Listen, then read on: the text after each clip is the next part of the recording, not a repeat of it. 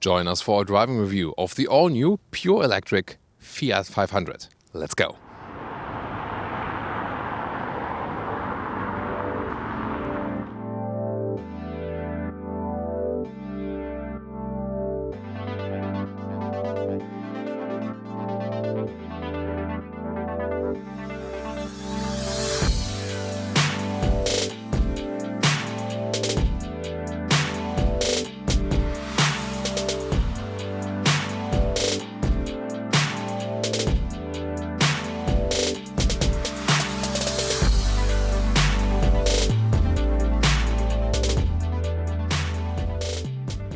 In the front, the all-new Fiat 500 has this closed EV look, so it looks definitely stronger as well, a little bit wider.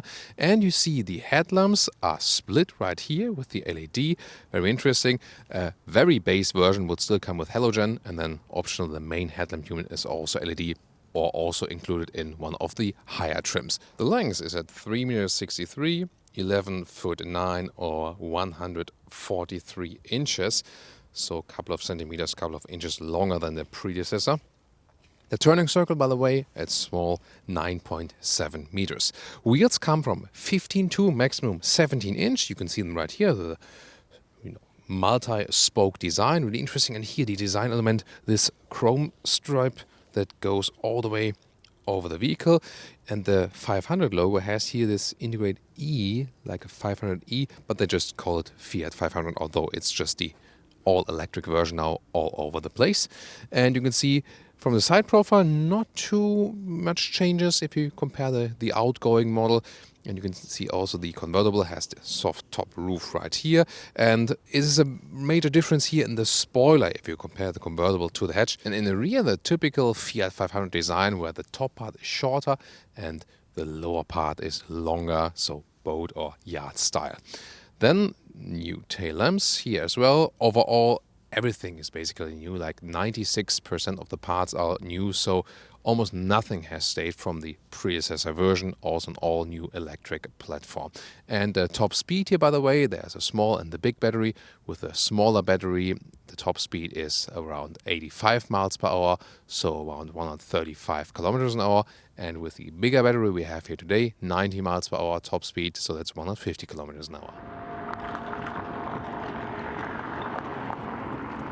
Under the hood, we can see the front electric motor, so front-wheel drive, and the smaller version, 95 horsepower, 9.5 seconds in the acceleration figure, and the bigger version we have here today with the bigger battery, 118 horsepower with 9 seconds in the acceleration figure. And about the range figures, so the small battery is 24 kilowatt hour, with about 170 kilometers of range or 100 miles. And the bigger battery we also have today is 42 kilowatt hours with projected range of 300 kilometers or 190 miles.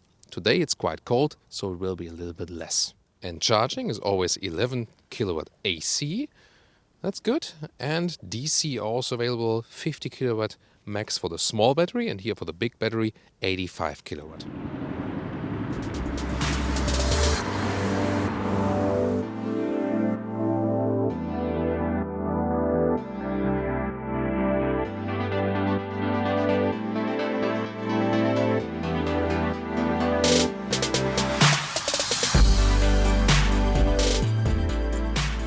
Actually, you feel a little bit more, spacious here when you're sitting in this new generation.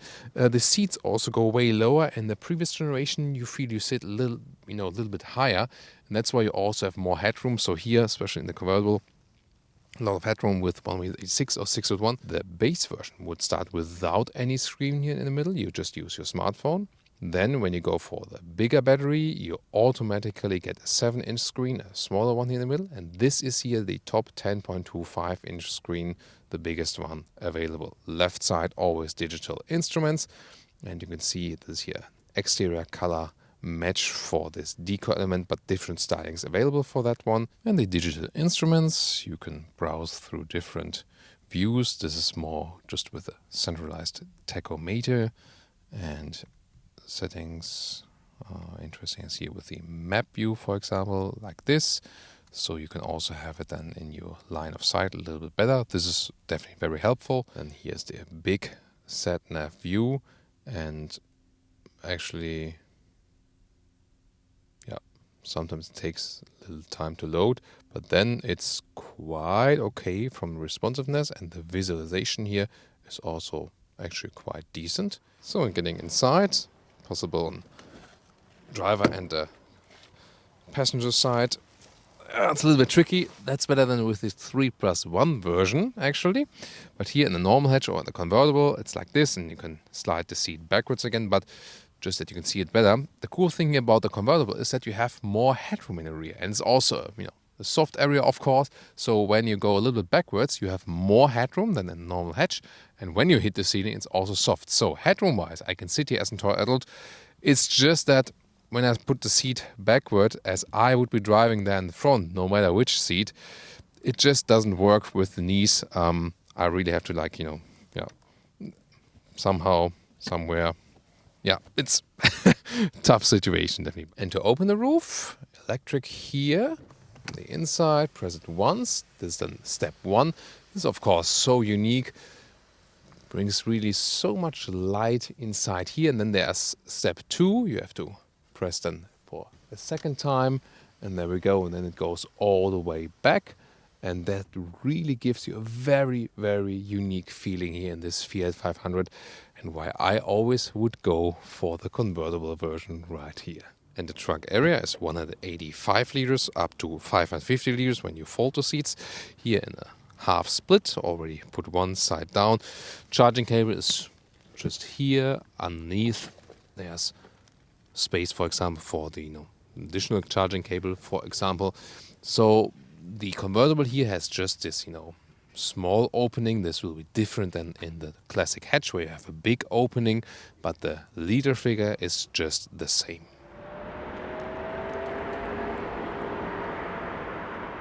And the normal driving mode does not include much recuperation, so when I go off the throttle, we are rather rolling. And this is actually good for efficiency when you do not want to reduce the speed. So that's actually then quite okay. Rolling is always more efficient than the recuperation. And you can always start the recuperation by just hitting the normal brakes. And then it's doing the recuperation until you have a level where you need even more braking power. And then the normal brakes would be applied. Here, easy to squeeze ourselves into city traffic with the Fiat 500. And the acceleration is always spontaneous with electric vehicles, even if they're not super powerful. That means when you're almost at standstill here in city traffic and just hit the throttle, it's really going forward very, very well. That's cool. Here the driving mode selector told you initially that you have to really hammer this switch to be able to change the driving modes. And then you can go to range or Sherpa. Sherpa is more like, guide me home, bring me home. This reduces the heating and reduces the top speed and so on. So if you're really I'm really going to make it, but usually you don't need it. Usually you just need either normal driving mode or the range mode.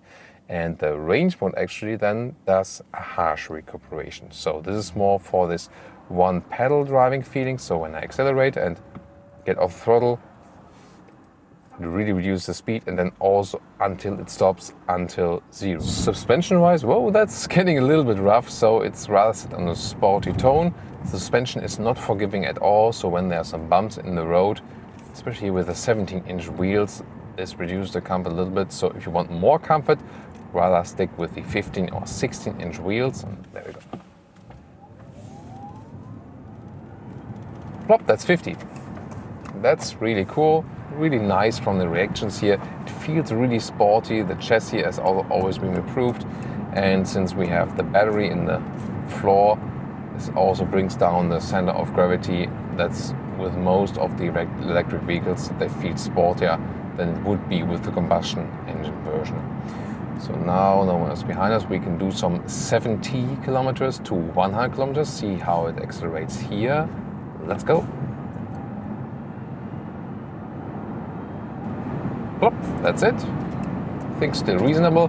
Here now at 100 kilometers an hour or 60 miles an hour, you feel it's a little bit more noisy than it would be with the normal closed hatch, definitely. Still sound okay, but noise insulation is not where this car would be leading, let's take it that way. And now here we reduce from 100 kilometers to 80. Let's see how strong it is with the recuperation.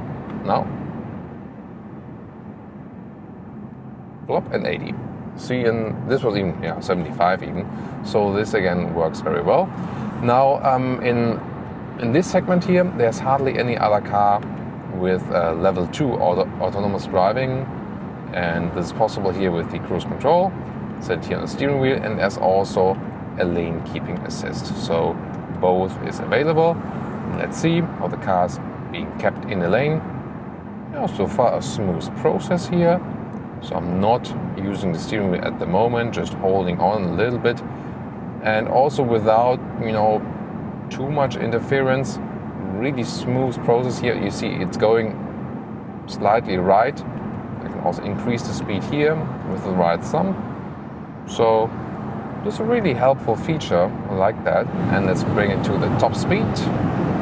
So here we go. And now it shut down 150 kilometers an hour. So around 90 miles an hour. And now it's getting quite noisy in here. But the car is still relatively stable, no problem. Steering, however, very, very light. But suspension-wise and chassis-wise, I still feel at home. One more special driving feature here with the convertible. Let's open that thing. So this is then the first step. Of course, now in winter times, not that attractive.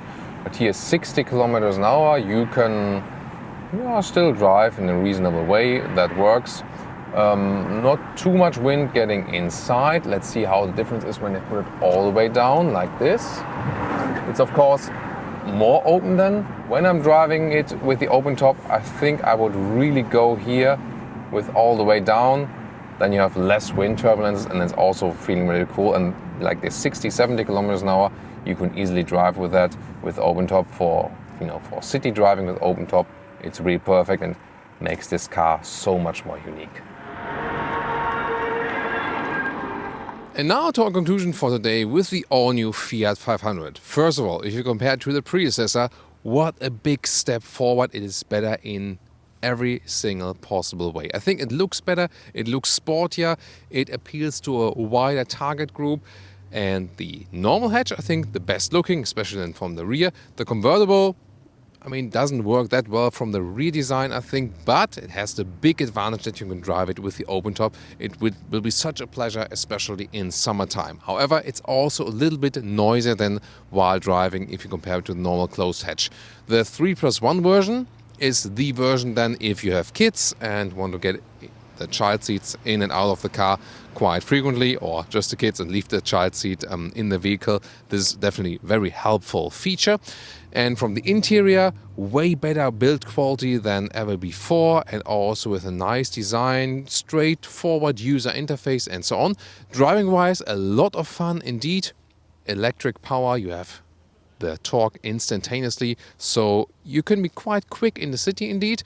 As for the energy economy, we have to say it really works. So our final result for today is that we really reached this official figure of about 14 kilowatt hours on 1 kilometer, and that means the 300 kilometers or 190 miles range is indeed realistic. A little bit less than when you have cold temperatures, and of course also less when you have high autobahn speeds. 1 kilometers or 60 miles an hour, we're about 18 kilowatt hours on 1 kilometers, and when you go max speed, then the range is dropping significantly. But overall, definitely also a lot of fun driving, and also seating position is sportier, sit a little bit lower in the vehicle, but at the same time more comfortable than before. So even though I'm a tall adult, I didn't have any back pain experience or so. So overall, I think indeed a very interesting new competitor on the EV market. So what's your take for today? Please leave us your comments here to the all-new Fiat 500. Do you like it, and which version would you go for? The convertible, the hatch, or the hatch 3+1? Leave us your comments, let's discuss this vehicle, and also see you next time.